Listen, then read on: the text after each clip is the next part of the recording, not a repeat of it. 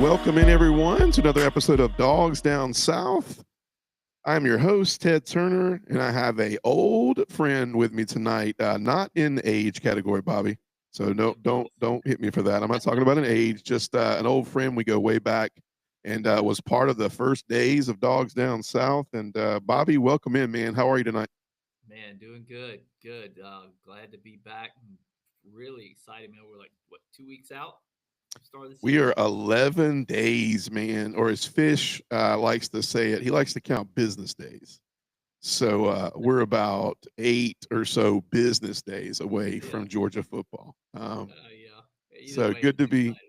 yeah, man, good to be back with you, man. We're just gonna talk. We're gonna banter a little bit tonight. I thought it would be cool to get you back in, man, and let you kind of hang out on the pod tonight and talk Georgia football. And I think we got some good stuff to talk about as we enter into some of our fans that are like, all right, you got your diehard Georgia fans, but then you got your people that are like, all right, we're coming into the season. What do I expect? What gives me you know the trust that this is going to be a different Georgia team this year, so on and so forth. So we're definitely going to talk about those things. But for the dog fans that are those people, obviously we're Saturday, August 30th. That game time is 3:30, so you don't have to get up early. It's not a noon game. It's not a go to bed late game. So we get to play Marshall um, in Athens between the hedges in a pretty decently primetime spot. So uh, real cool. So Bobby, let's hit a couple around the SEC. I call them just funny takes, man. There's a couple of different storylines going around. I want your take on it as well. We talked before we hopped on air, but Hugh Freeze, man, Hugh Freeze at Auburn cannot seem to get out of his way, man, with these media comments. It makes you appreciate Kirby Smart and his, I guess, babysitting of the media. But I'm gonna give you the comment, the quotes that are flying around, and I want to hear your kind of take on it. So the big thing with Hugh Freeze was a couple weeks back. He made a comment that they were going to go with like a three play caller system. Maybe he would call first down, second down might be called, or maybe I'm sorry, Derek Nix would call first down. He would call second down. Another offensive coach would call third down, and then the whole joke was, well, who's going to call fourth down? Then the last few days, he's made the comment about, well, coming into Baylor, we don't really know if we're going to run. We think we're going to run this three quarterback system. Everybody's going to play. We want to see what we're holding. And this is not, I mean, this is a prime time. They moved this game to Friday night of week one. This is a prime time game. This isn't like, Georgia Marshall, Georgia Austin P, or we might need to find some things out in this game. This will be a tough game. David Aranda fields a pretty good defense every year.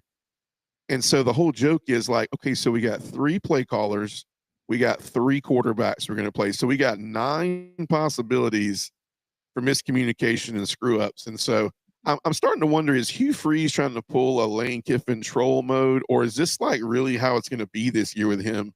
What do you think, man? I know we've talked in extensive Yeah. detail about Hugh Freeze in the past. Yeah. So, man, like Hugh Freeze was that guy Auburn's kind of riding on to get him back, and it hasn't worked out that way. Now they did spend a lot of money in the transfer portal, Mhm. bring some guys in, but I don't buy it. I don't buy it. I think that he wants to put something ridiculous like that out Mhm. there, but I think when it comes to it, like that's not going to happen. Like Right. he's just really trying to get people guessing what they're going to do and plan for something bogus like that. I just they're going to be the same Auburn they've been. I Right. don't I don't think you're going to see much difference. I don't think it's just not smart. Like Mhm. nobody, that's just a dumb plan, right? Yeah. Like just way too much opportunity for failure. Yeah. Um, it, or is he just trying to bring other people on so that he's not the only one on the hot seat, and he can say, "Well, no, that wasn't me. I didn't. I don't call first downs, right?" I Right. mean, I don't know. Right. I don't know. He's kind of silly. I don't buy it though. I don't think. I think that's a dumb. If that's true, that is probably the dumbest move in head coaching history.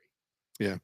A lot of people said it's going to give him nine more excuses on why maybe they don't beat Baylor or why they don't finish how they should finish. And I mean, they went out and they were supposed to have done the fixing, the fixing with Jackson Arnold. He was supposed to be the guy to come in and help the problems out. And we all know that Jackson Arnold has his own past, right? At Oklahoma, his inconsistencies, things of that nature. It's supposed to be a new start, but I'm hearing rumors that he's having a rough go at it. We've seen some visors be tossed by Hugh Freeze, and they've had some ups and downs. And TikTok has aired that he's not happy with Jackson Arnold. You got this great, I mean, in my opinion, you have a great receiving core. You've conquered some things and grown some of the players on the offensive line. The defense looks to be different this year. Cam Coleman's going to be an incredible receiver this year for Auburn. We hope. They added Singleton from Georgia Tech.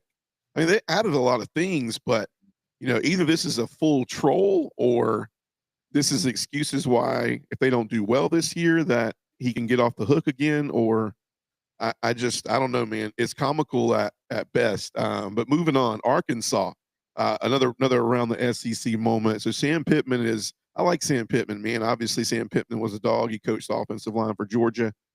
He's very close to Kirby. If anybody's been watching Netflix, the SEC series on Netflix, you got to see a little behind the scenes with Arkansas, and you kind of feel for Sam Pittman, right? You feel like the guy's got a really good heart for the game. He's got a heart for his team and even his staff. I know I watched one, part of the episode where, he's going back and forth with his assistant, a lady that's assistant, and he even says it. He says, "Look, it's not just my job that I'm coaching for. It's like it's the players, it's the rest of the coaches, and it's also." And he talks about literally his assistant that is walking in and out of the office that day. It's her job too. She'll be, and so this is a deep moment. So it gives you a heart behind. Everybody's like, this is a Sam Pittman hot seat year. If he doesn't do this X Y Z, he's gone. And you can tell he's a little on edge this year. I think you mentioned Bobby too. He had a press conference where I think a reporter was just trying to get a comment out there. I don't think he had a question at all. Even Sam went, "Is there a question? Like, I don't even understand right now." But it was some demeanor of like, do they have to put up with, what is going to be, dealing with Bobby Petrino, but it's got to be better than what the Arkansas fans have had to deal with the past few years with you. And it was like a jab, and he didn't take to it well. And then, he's been questioned about the AP top 25 and does he think that he deserves to be in the top 25? And his comment is, hey, we're going to be in the top 25 before the year ends. So he is confident, and any coach is going to be. He's not going to be like, yeah, we're going to suck this year. Yeah. But like, I mean, you got to feel for Sam Pittman, but like, it just feels like every year he's just missing something. But he's got Taylor Green this year. He's got Bobby Petrino. He's missing some pieces around him. But like, what is that? How does that resonate to you, Bobby? Man, first of all, love Sam Pittman. But man, like I saw clips from some interviews, and he just looks so stressed out. I think he knows the gravity of this season, and hopefully they have a good season, man. And he can stick around because I really like the guy. But I just think, I mean, imagine going to work every day, Hmm. knowing that you're one or two mistakes away from being fired. Yeah, yeah, The heaviness of that and the weight of that can certainly stress can pull things that and make you sometimes act out of character. Or, I mean, there's a wide range of things that can happen. So, um, who knows? I think having Bobby Petrino, right, like him or not, uh, he does his job well. hmm And having that and having a few of those pieces on offense, I think is really gonna help their offense, which kind of yeah, struggled some. hmm And so I think that they can be better. I don't know about their defense though.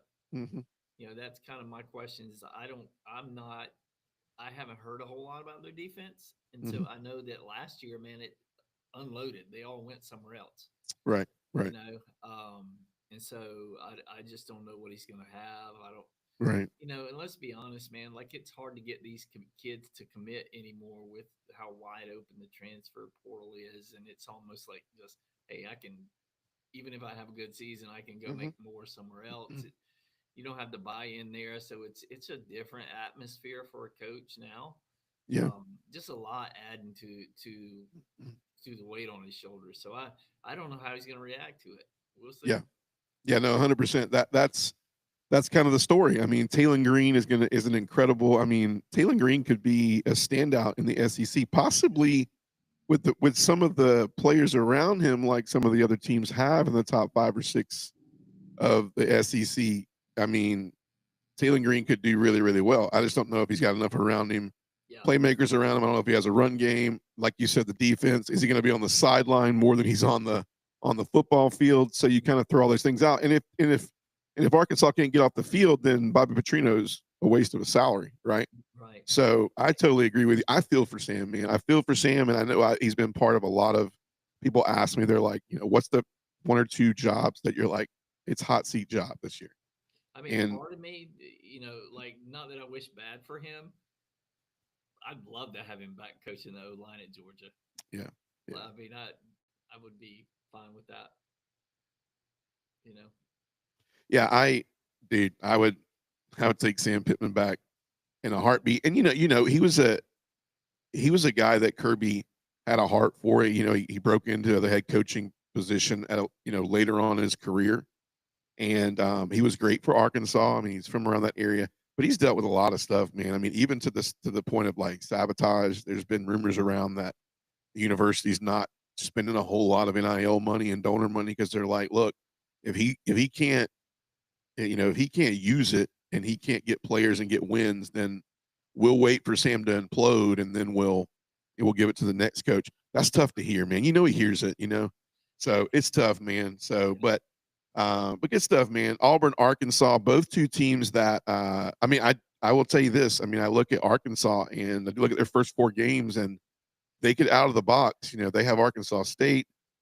They have a couple of teams that are beatable, so they can hop out at 4-0. They need to hop out at 4-0, and from there, if they can get some continuity under, they can get some morale, some culture going, and Taylor Green going, and find some things. I mean, Bobby Petrino has made some mediocre offenses look really, really good, and so the sky's the limit for Arkansas. I wish Sam the best, and I hope to have a great year. But Bobby, let's hop into to Georgia, man. Right. So a lot of viewers as we enter into this 2025-2026 season, right? I know myself. If you go back and look at a lot of the episodes, we've been doing our fall preview, things of that nature. But for Georgia fans who don't keep up with the day to day and the players and the numbers, and they just turn the game on, and sometimes they're like, "Look, a big Georgia fan. This is my kind of break away from reality. Sometimes I want to turn the dogs on. I want to look at them, and we want to root them on to victory. And it's 3 hours of my life that I don't have to worry about, my job or something going on in life. Let's talk to some of those facts and fiction things. So let's start with the offense, right? So some blaring obviouses last year with the offense. Hmm. Bobby, what do you think needs to happen this year with the offense for Georgia and some of the things that went on last year to not only win an SEC championship and go play in that game and win it again, but maybe push a little bit deeper into the playoffs and win a national championship? Yeah. So I'm gonna need my O line to be a little bit better. Mhm. We've got to be able to establish a run game, right? I think we missed a lot of that last year, and um, and we thought we'd have more dependable receivers and led the nation in drops. Uh-huh. So like if I'm looking, I mean, run pass, that's what you do on offense, right? That's so obvious. Right. But like if we can get, we need uh Zachariah Branch to push it downfield, right? You Right. need him to get open downfield. You need your receivers to not drop balls. Yeah. Yeah. Like Carson Beck was not. Um, he was a shell of who he was the year before. But can you imagine you throw him passes and nobody catches them? Like, Mhm. what kind of confidence do you have as a quarterback then? Right. Right. So that certainly impacted what his final numbers looked like. But ultimately, the guy was still winning. Right. And so, but uh, catching the football, running the football, I mean, just it's football 101. Frazier needs to have a good year. Mhm. You need probably 2, 3 receivers, right? Tight end game, I think, is going to be good. I think we had a decent year there last year. But really, man, just a lot less drops. Right. You talk about not only, I think we'll probably talk about this a little bit, but you also got the wrinkle that Gunnar Stockton adds in with Mhm. what he can do with his legs, just like Stetson was able Right. to. Like when there's nothing there, he could make something happen. Mhm. I think you get that out of Stetson when you did not have that out of Carson Beck. Yeah. Yeah. I, I'm going to throw curveballs at you because there's some things we didn't have in our notes. But adding to that is, I know that we can also add in inconsistency in the offensive line last year, right? The Yes. inability to run the football. You mentioned that 15th in the SEC in rushing is something that is not a familiar Unheard of stat for Georgia. Georgia, right? Yeah. But Yeah. let me ask you something. What do you think? And we brought in Rauscher, we brought in John Lilly, and they're going to help out a lot. I think they've already helped in pass pro a little bit, from what I understand. But like that line did not suffer from lack of talent last year. Three of those offensive linemen were drafted into the league at high, and I think if I'm not mistaken, 2 out of 3 of those guys are actually have made NFL rosters as starters.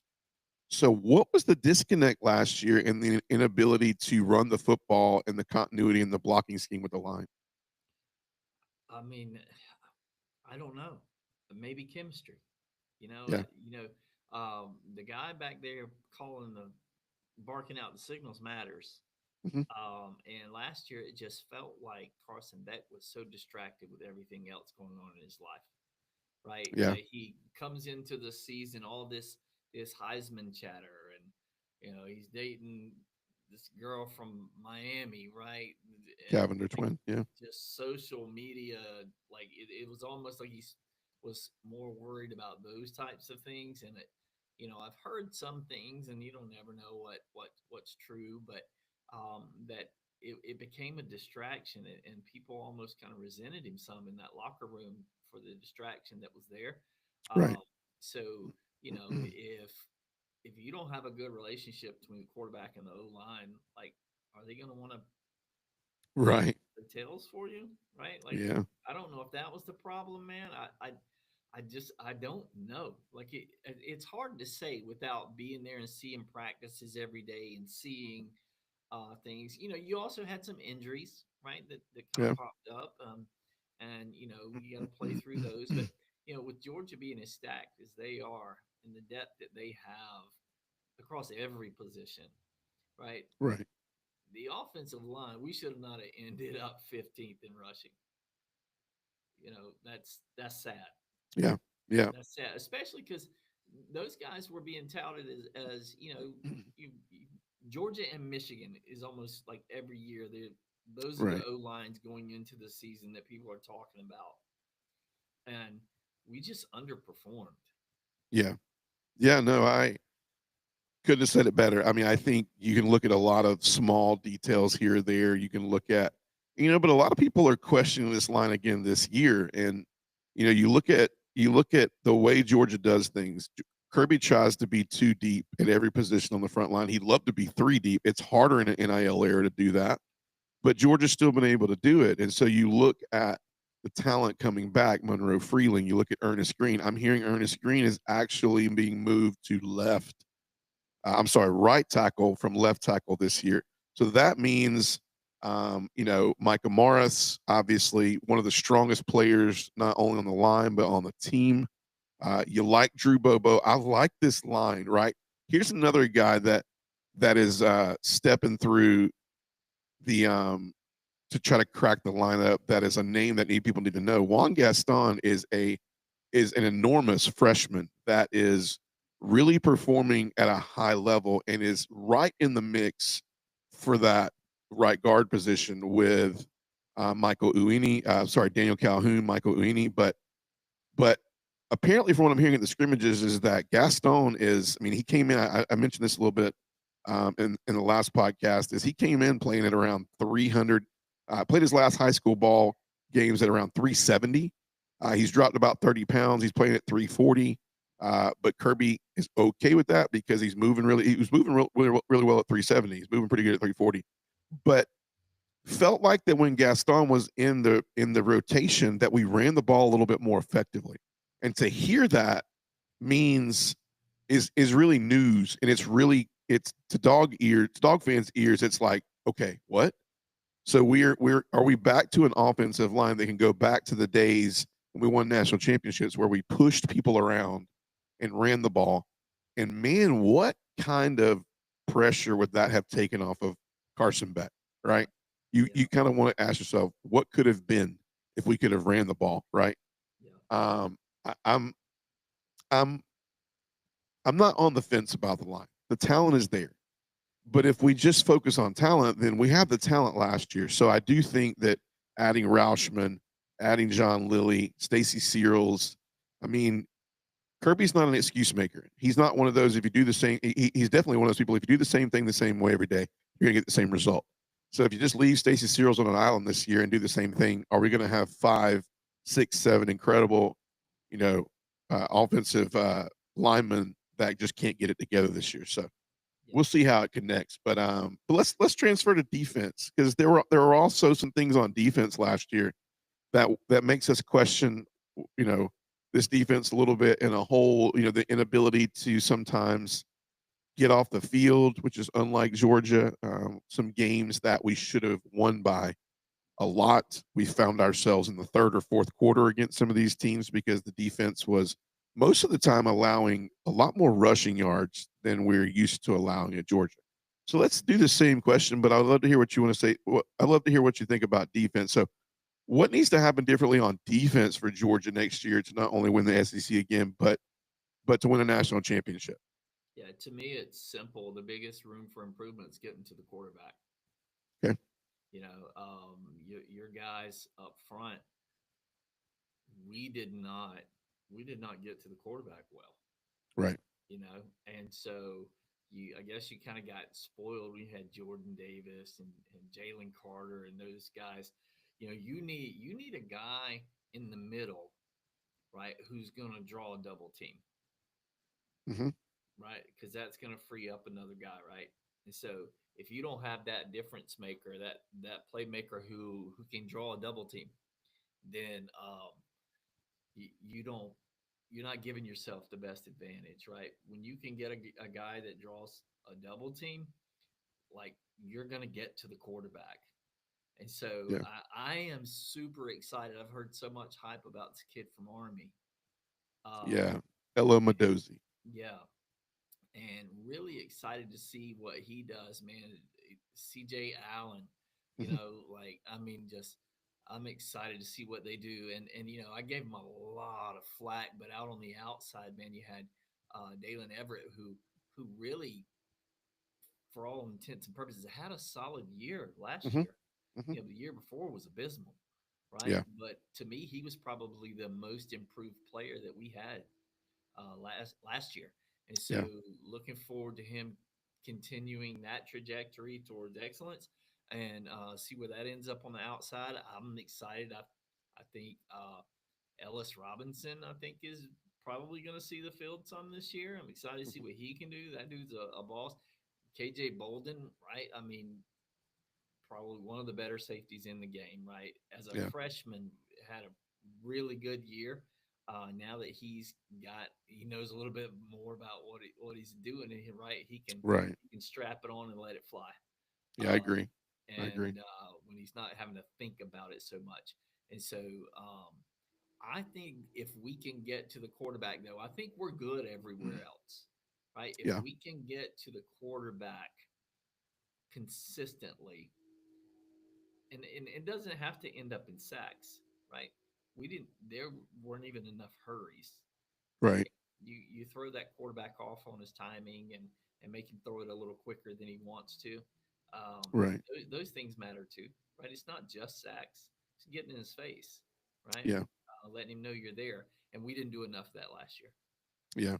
No, I love the take. I think I made a bold statement last week. I said this could be one of the best secondaries in Kirby Smart's 10 years of coaching at Georgia. It has the upside to it. The thing I love about this is, Ellis Robinson wasn't just the top recruit at cornerback in the country. He was the top overall recruit in the country, regardless of position. Yeah. And so you wondered, like, man, with that type of, preceding name, top recruit, these things you hear, it's like, oh, you expect to see these guys on the field, right? Yeah. Kirby was very clear that, if you can't tackle, and if you can't tackle, you can't play for Georgia, right? He's always been a great cover cornerback. He's always been a person who's very handsy. He goes after the ball. He covers the ball very well. That's exciting, right? But we are in the SEC, and in this era of the SEC, you have to expect the secondary to be able to wrap up. That's Kirby's like thing, man. If you can't tackle, you don't tackle well, man. It just drives him nuts. Yeah. I'm seeing a big change in Ellis this year, and I'm hearing that the last scrimmage, he ran a lot with the ones. It was him on one side and Dalen on the other. And if they trust Ellis this year on the other side, I think coverage wise, what that gives Georgia is when you get into some of these SEC games with Texas and Alabama, you're going to have more than one receiver or two receivers to beat Georgia. Ryan Williams alone, I don't think can beat Georgia anymore. Ryan Wingo at Texas can't beat Georgia by himself. All these guys can't win the game alone like they did last year. Whereas Alabama went straight at Julian Humphreys plenty of times, and that's where they won the game a lot of times. And no offense to Humphreys, but it was just the inability we had a glaring hole there. And I think that was Ellis's spot last year. I just don't know if he was ready yet in some areas. And I really think this year, you look at Ja'Cory Thomas, you look at KJ, you look at what Ellis and Dalen could bring with Daniel Harris, who I felt like has made leaps and bounds as well, spelling him a little bit. DeMello Jones has been somebody that has come on strong. You look at Janelle Aguaro, who's in his sophomore campaign. He's ready the deer in the headlights is gone, and he's ready to play that star position at a high level. This could be a really good secondary for Kirby Smart. Yeah. One thing I love, and you mentioned Harris, right? Like there's, from what I'm hearing, there's a really intense battle between him and Ellis Robinson. Yes. Right. So which tells me it's pretty close. Right. So the good thing is if it's that close and you got your number one off the field, your number two is not too far behind him. Yes. Right. And that's one of the reasons I think that Kirby recruits the way he does. You don't want a big drop off between your number one guy and your number two guy. Yeah. Yeah. Right? And when you've got a position battle that is shaping up the way that one is, and that's, as a fan, that's great news for me. Yeah. Right. Because I know he's not far off. Yeah. So yeah. Excited, really excited love that to take. see what happens. Yeah, I love that take. Last question before I'm going to put you in the hot seat. This will be an easy hot seat for you, but let's talk Gunner Stockton a little bit. I know that Dog fans are like, they're Gunner's the guy. Some of them that are pulling up some news and things as they get ready to see Georgia and Marshall. They ask the question like, Gunner is. I hear it all the time. People ask me all the time. The first thing they go is, you think the Gunner's the guy? You think he's going to be able to take us to an SEC championship? You think Gunner's going to take us to a national championship? We're going to talk Gunner a little bit, but let me ask you a question. So on Gunner, like, how much of a resemblance is this to a very familiar time of 2 years ago where, Kirby Smart made a decision on Stetson Bennett, and people looked and went, what is this, right? What is this decision? Why Stetson Bennett? Why this timing, right? And when he entered in the game, I was at this game. It was Georgia, South Carolina. Stetson entered in. I think I looked at my wife and I said, what is going on? Why has Stetson Bennett in the game right now? Right. And so after that, it was pretty much see you later. Yeah. Why it feels like there's this Kirby way, and he just goes, you know what? Last year, I tried to do it your way. And I'm not saying Carson was like a portal quarterback. We didn't get him from the portal. But Carson definitely brought on something to Georgia that has never been seen, in my opinion. He brought the spotlight of the media. He brought heavy outside banter, Lamborghinis and, influencer girlfriends and $4 million NIL deals. And we don't know what he was making at Georgia, but we can speculate because he's buying Lamborghinis. But like, you look at Kirby this year, and do you think Kirby's just saying to the fans again, we're going to be doing it my way this year, right? And Stetson Bennett was his guy, and people understood why. Later on, 2 national championships later, nobody's asking any questions, right? So is this the start of an era where Kirby once again knocks on the door and goes, by the way, you need to trust me. We're going to do it my way because Gunner's a dog. He's been in the system. And all I need him to do is distribute the ball to the playmakers. If we can run the football, if we can block, if we can be balanced, Gunner Stockton doesn't have to be Carson Beck. He just has to get the ball to the playmakers because how good a year did Brock Bowers have? How good a year did Lab McConkey have? And these were guys that a lot of people didn't know that could take that, undertaking of playmakers.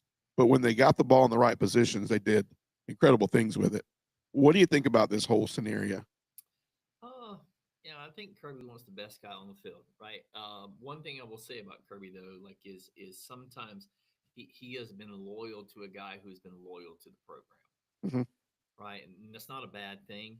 I think back to Jake Fromm, Yeah. and I think sometimes maybe he was a little too loyal there. Um, Great guy, did good things, but man, he had a huge drop off, and I probably would have benched him. Right. But you know, I think when I think of Stockton, I think of like he's not flamboyant, right? Just like you said, he doesn't bring a media circus. Give me the guy that's going to put his head down and work, that drives the beat up Ford F-150, Yeah. right, over the Lambo, right? Yep. Yep. And who is committed to the team, Right. right? Wants success for the team. It's not a me. It's a we, right? Yeah. And so I think you get that with him. And I think you also add a dynamic, like I was talking about, like Stockton, dude, give him the ball. Yeah. Who was the player that said, was it Malachi Starks that said he about made him quit football when they were younger when he ran over him, Yeah. right? Yeah. And so, got to know when to get down sometimes, right? To stay healthy. But Gunner is that guy, just toughness. You can't make him quit. That's exactly what you had in Stetson Bennett, Mm-hmm. Mm-hmm. right? Stetson get his face planted in the dirt and jump right up, right? And with a chip on his shoulder, say, "I bet you don't do it again," Yeah. right? Yeah. And that's kind of the mentality, that bulldog fierceness that I see Gunner having. I think that he is blessed. I think we have more playmakers this year. There's a Yes. lot more people for him to dump it off to Yes. than than than what we had last year. Yeah. I agree. I I I agree. thought we had the talent last year. I really genuinely thought, man, this is probably the best wide receiver group we've had in quite some time, right? And then, man, they just could not catch the football. Yeah. And so, if we can catch the football and give him options, man, like it could be. I mean, you think about, you got what, Colby Young, right? Mm-hmm. You got Zachariah Branch, Mm-hmm. right? Those two guys alone are, they are ball hawks. They're going to go up and get, if it's a contested pass, they're going to get it. Branch is got tremendous speed, Yeah. and I think things didn't quite work out at USC, um, but man, I think he's going to be a big time player here. I mean, best tight end room in the country. Yeah. Yeah. You've got some guys who are, I feel like, have kind of been waiting in the wings that I think may show up this year. Yeah. Um, just got a lot of talent, and what I love the most about Stockton though is if he drops back and he sees nothing, he has the ability to make a play with his legs. Right. You Right. didn't have that with Carson Beck. He was not a fast, elusive guy. Gunnar Yeah. Stockton is, and he becomes a running back when he Yeah. when he tucks that ball. Yeah, he's a running back with vision, agility, speed, power. you got that from, and he can sling it pretty well too. Yeah. No, I agree, man. I think if you look at the blaring obvious issues, and I'm gonna give dog fans my knock on wood type moment right here. You look at the run game. We're the healthiest we've been at running back Oh, for sure. since the beginning of this year with the depth with Frazier, Yeah. Josh McCray. I'm hearing Chauncey Bowens is doing really good things. I'm hearing Rod Robinson is a specimen, man. Like I'm hearing like if I hear turf toe one more week with Rod Robinson, I was probably going to lose my mind. But happy to have him back. Cash has been quiet, but Cash is going to be in plays where I'm hearing Bo Walker is turning some heads as a freshman. And then you hear the everything we've done in the receiver room, like you said with Colby Young, adding Zachariah Branch. Another wide receiver that's turning heads is Noah Thomas out of Texas A&M. When you can line Colby Young at 6'5", 6'6", up with Noah Thomas at 6'5", 6'6", and then Branch in the slot, and then your tight ends. I'm hearing Bobby. This is something that broke out of the last scrimmage that I don't know if it's true or not, but I hate sharing stuff that's like this could be it. But I heard that we ran some. Listen to this, man. I heard we ran some 4 tight end looks in scrimmage. Now I'm like, where? And it's like, here's the 4 tight ends that were on the field. It was Delp, it was Lawson Lucky, it was Elias Williams at 6'7", and then you had Ethan Barbour, who you got 2 5-star tight ends that we brought in who are just itching with athleticism, and they had them all on the field at once. And I'm like, so this makes me think like the things I'm hearing it makes me think that we have accomplished the goal of solidifying the wide receiver room, and we are committed to get the tight ends the ball this year. We're committed to being more balanced.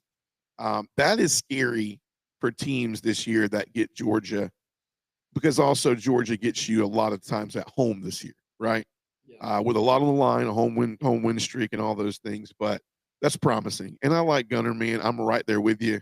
I I pretty much resonate the same things you said. I love a guy who is all about hanging with the line. He drives his truck. He wants to be out of the limelight. I mean, they asked him social media questions at um at media days, and he just admitted he's like, I don't even know how to work some of that stuff, man. He's like, I can't tell you what they say over there. And Yeah. you're never going to catch Kirby in a Hugh Freeze moment either. So that's another thing. So, Yeah. Yeah. Bobby, but go ahead.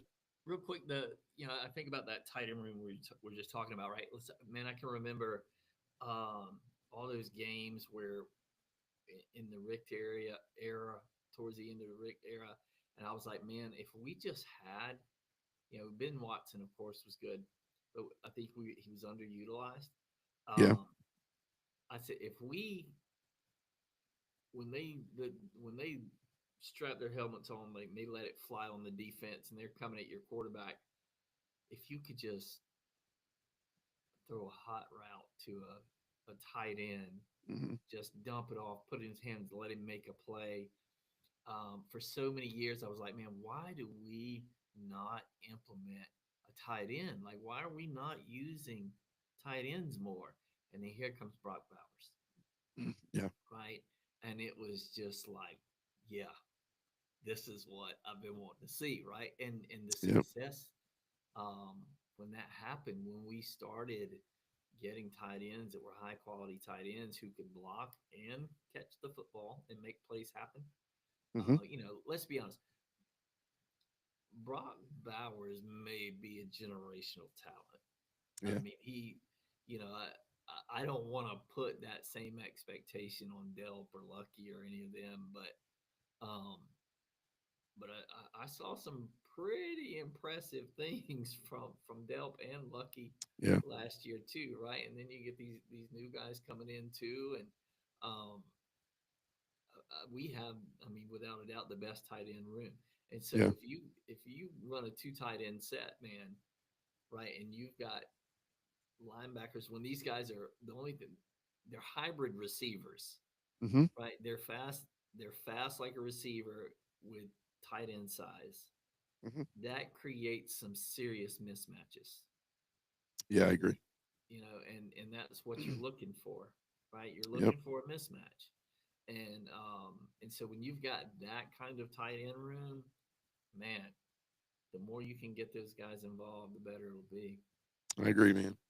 I think to sum up the Gunnar Stockton and the wide receiver improvements in the room and tight ends, and I think I've said this before, but the reason why Todd Monken was so likable for Georgia fans was he was more about making it easy on the quarterback to know we do this to get the ball into this person's hands. And if we're all being candid, you look at Brock Bowers, you look at Lad McConkey, and you look at the playmakers that were on some of those championship teams, and those were circles, those were highlights on the play sheet. I feel like last year with Bobo, and Bobo's a sore topic, and we're not going to breach too far into it tonight. I'll ask you a question about Bobo. I want to have your take on it, but I think if we can get the pressure off of Mike Bobo with the run game a little bit, give him some breathing room so that he doesn't have to call a perfect play every down. You know, when we can't get the grunt yards, we call it, when it's 3rd and 4, when it's 2nd and 3, if we can't get the grunt yards and we force our offensive coordinator on 3rd and 2 to have to call some safe plays or to call some plays that are out of his comfort zone and we're not successful, is that the OC's fault, or is that the line, or is that the running backs? And I will tell you that is one thing Kirby had a big problem with last year was he's like, look, we're so worried about trying to get 15, we can't get 5. So don't put yourself in a scenario where you're trying to break a tackle to try to get 15 and you make it worse and don't even get the 4 that we need, right? So when you look at all those things, I think we have opportunity this year with surrounding ourselves with playmakers is to go, let's go back to circling the sheet, circling the plays and showing Gunnar, we run this play to get the ball to Zachariah Branch. We run this play to get this ball in the hands of Noah or Colby. We want to get Frazier on the outside. We want to get Dwight Phillips on an end around with his track star 4.3 speed. We want to get the ball to Rod Robinson on 3rd and 3 so that he can get the grunt yards and get 5 and just get us a reset. If we can get it to that, guess what name you're not hearing? You're not hearing Gunnar Stockton. Right. You're just hearing what he needs to be doing. And I don't think we heard Stetson was flashy, but Stetson, if he had an interview right now, he would tell you that there was a lot of Lad McConkey and there was a lot of Brock Bowers and there was a lot of playmakers around him that made him successful at Georgia.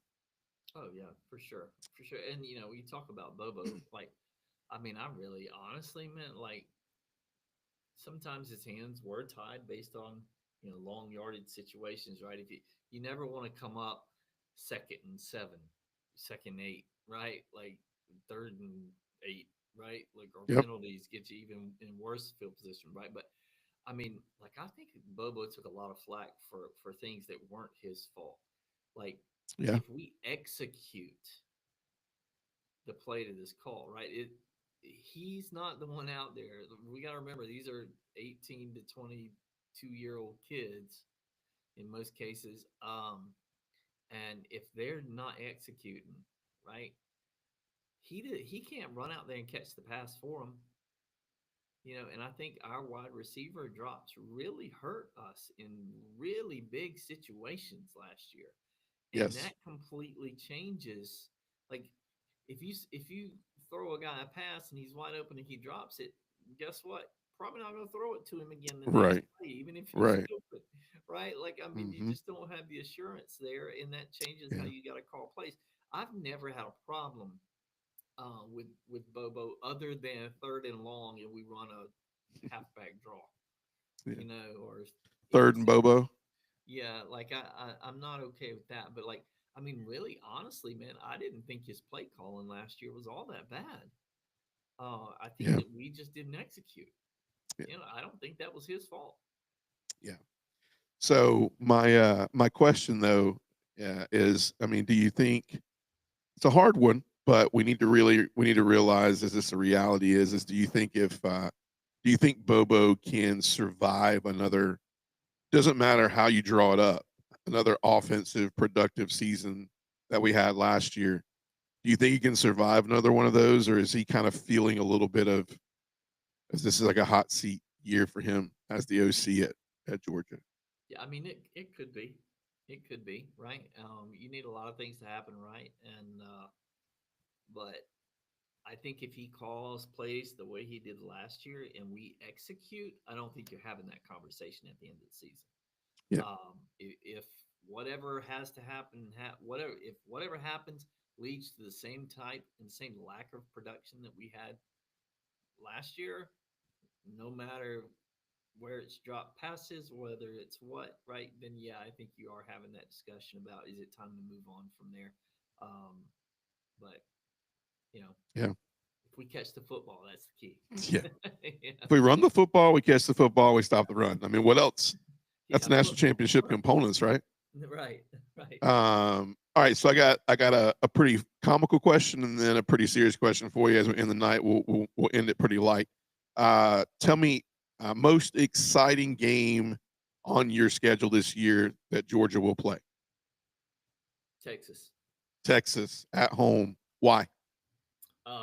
Really want to. Excited to see what Arch Manning does. Right, I know what we did last year against Texas, and um, I'm still not sold on Arch Manning, and just all the hype. Right, everybody's got them, winning it all. Right, Right. they've got them number one, and so I'm really excited to see what happens there, and the atmosphere is going to be crazy. Yeah. Yeah. Awesome. And then last question. Tell me a game day can't do without ritual. I don't know if it's your lucky socks, your lucky hat. Do you grill the same food on game day? Talk to me about a Georgia ritual with you and your family that is a staple for game days. Man, I don't really have one. I'm always gonna have some kind of food, right? Yeah. Yep. Preferably wings, right? Okay. But my wife doesn't like them, and then sometimes she just manages to stay busy, and it's just me watching the game. And There you go. but but I've got something Georgia. Usually, I've got this red Georgia pullover that I've had Okay. for probably about 8 years now, Hmm. and that's my game day. Slip it on. Um, There you go. if things aren't going well at halftime, I take it off. There it is, man. There it is. It's just kind of one of my things I have going, But man, My football season just love getting with friends, man, and watching the yeah. game. Good food, good fellowship, and hopefully good football. So good, man. So good. Hey, listen, everyone. If you haven't already done so, please go and like and follow us on YouTube. We are on Apple Podcast 24 hours later, Dogs Down South, as well as Spotify. And we're also on TikTok, Dogs Down South. Trying to get to, we are climbing the ladder, man. Trying to get to the big 10,000 follower mark over there. We're around a couple thousand, which is great. A lot of content dropping over there. So if you're a TikTok person, head over there. We're live over there some nights, just kind of shooting the breeze, Georgia football. Bobby, always a pleasure, man. It's good to get back with you, even if it's just here or there. You're a busy man, but it's great. It's great to talk Georgia football. And I know uh, we got to break you back into the texting thread, man, so that we can make sure that we have some, us guys, man, we got to stick together when it comes down to complaining Yeah, and cheering, right? that's right. That's right. All right, my man. Hey, well, for myself and Bobby Riles, thank you all for joining. Tomorrow night, make sure you join tomorrow night. Myself, Fish, we will finish up the last of our fall camp preview. We will preview special teams, and we will talk a little more about quarterbacks and what to expect out of them, as well as we have week 0 picks, man. And I'll tell you that talk of the town will be Hugh Free. No, I'm sorry, that's week 1. Big game, K-State and Iowa State in Dublin, Ireland. That's one to look forward to. But for myself and Bobby Riles, you guys have a great night. And as always on Dogs Down South, go Dogs.